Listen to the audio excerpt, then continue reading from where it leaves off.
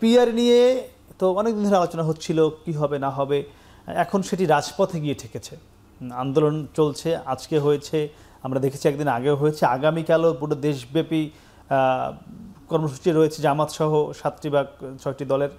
এবং এদিকে বিএনপিও এখন পুরোপুরি জামাতের যেই চাওয়া এটির অপোজিট থেকে কথা বলছে, অনেকটা মুখোমুখি বলা যায়। এই বিষয়টি নিয়ে কোন দিকে যাচ্ছে? ধন্যবাদ আপনাকে এবং আমার দুজন খুব প্রিয় সহ-আলোচক এবং এখন প্রকাশের দর্শক শ্রোতা সবাইকে আমার শুভেচ্ছা। না, যে টেক্সটটা আপনি পড়লেন এতক্ষণ, তার ভিতরে বলা আছে যে রাজপথে না, এটা সংসদে সব কিছু আলোচনা হতে পারে, মানে রাজপথে যাওয়াটা সঠিক নয়। কিন্তু প্রশ্ন হচ্ছে যে আপনি, এটা বিএনপি বলছে, হ্যাঁ বলুক, বিএনপি বলুক, সেটা এখন আপনি তো রাজপথে এই মুহূর্তে যদি আপনি যান, দাবিটা তো নির্বাচনের আগে পিআর পদ্ধতি যারা চাচ্ছে কিংবা যারা চাচ্ছে না, কিংবা গণভোট যারা চাচ্ছে কিংবা আগে না পরে, এই সব নিয়ে তো আন্দোলন ফাইনালি যার যারটা এস্টাবলিশ করার জন্য মাঠেই তো যেতে হবে। এখন তো সংসদ নাই। আচ্ছা, যেহেতু সংসদ আপনাকে মাঠেই যেতে হবে, কারণ না ফেব্রুয়ারি থেকে আলোচনা করে সেপ্টেম্বর অক্টোবর পর্যন্ত অলমোস্ট ব্যর্থ আলোচনাটা। ব্যর্থ বইলেই তো অনেক কিছু আসছে।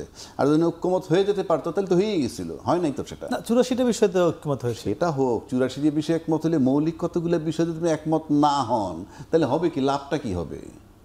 আপনি এমন কতগুলো বিষয় একমত হইলেন যেটা হইলেই কি আর না হইলেই কি, কিন্তু বেসিক কতগুলো জায়গায় যদি এই যে পিআর পদ্ধতি, লেভেল প্লেইং ফিল্ডের ইস্যু, আপনি যদি নির্বাচনী ট্রেনটা ধরেন, একটা নির্বাচনী ট্রেন, এখন কি শুধু আমার নির্বাচনী ট্রেন আছে রাস্তায় যে শুধুই নির্বাচনের জন্য চলছে? এই ট্রেনটার ভিতরে কি কি জিনিস নিয়ে যাচ্ছে? পিআর পদ্ধতির দাবি নিয়ে যাচ্ছে, এটা জাতীয় পার্টি সহ কিছু দল বাতিল নিষিদ্ধকরণ চায়, সেটা চলছে। লেভেল প্লেইং ফিল্ড চলছে। আরেকজন বলছে সাপলা না দিলে নির্বাচনে যাব না, সেটা আছে। আরেকজন বলতেছে সংস্কার এবং নির্বাচন বিচার না হইলে নির্বাচনে যাব না। সব তো একসাথে রওনা দিছে, তার ভিতরে হঠাৎ করে আবার গণভোট অ্যাড হয়ে গেল। তাহলে আপনি এতগুলো জিনিস নিয়ে তো সব সাইডে ফালাইয়ে তারপর না নির্বাচন নিয়ে যেতে হবে, এগুলো তো ফালাইয়ে যেতে হবে। আপনি তো এমন যদি হইতো যে ট্রেনটা শুধু নির্বাচনের জন্য, তাহলে আমরা সবাই নির্বাচনের জন্য দেখতাম, জনসভা হইতেছে।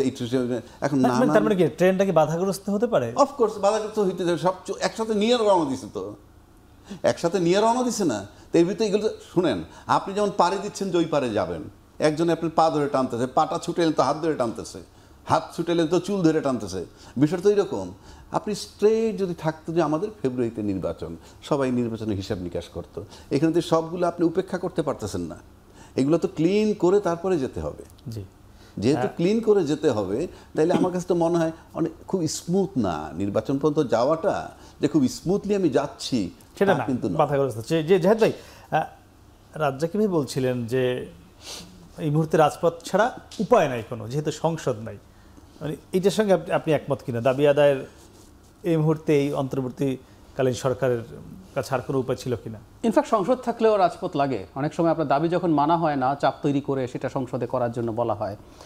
তো তাদের যে দাবি, তারা এই নির্বাচন প্রপোর্শনাল রিপ্রেজেন্টেশন, মানে আমাদের সংসদ নির্বাচনই চাইছে, সুতরাং এটা তো আগামী সংসদে করা সম্ভব না।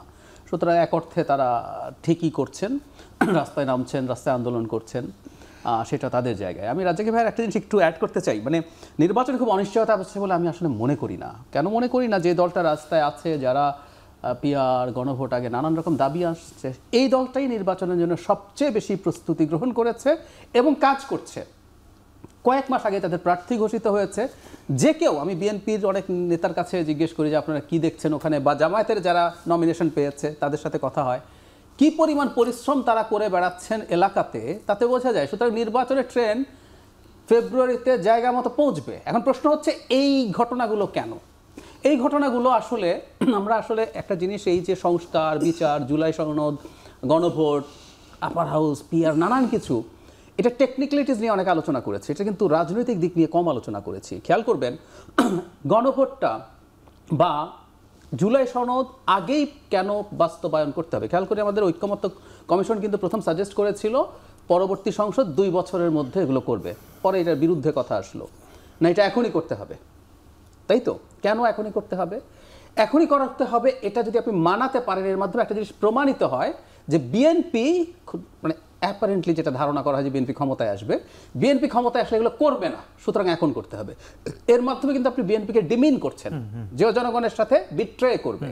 এক, তারপরে খেয়াল করুন, আবার গণভোট বিএনপি মোটামুটি মানলো যে তারা নির্বাচনের সাথে একই দিন হবে। দিনে। আমি টেকনিক্যালিটিসে যাচ্ছি না, সমস্যা হবে কি হবে না। জামাত চাইলো না এটা আগে হতে হবে। এটা যদি আগে হয় আর নির্বাচনের সময় হয়, এর মধ্যে আসলে কোনো ডিফারেন্স নাই। কারণ হচ্ছে বলা হচ্ছে যেটা, এটার আবার প্রশ্ন আছে কিসের গণভোট হবে, এটা আমরা ওইদিকে ঢুকছি না, ধরে নিলাম গণভোটটা। সো গণভোটের যে ম্যান্ডেট সেটা আপনি নভেম্বরে নেন আর এটা ইলেকশনের সাথে নেন, ইটস দ্য সেম থিং।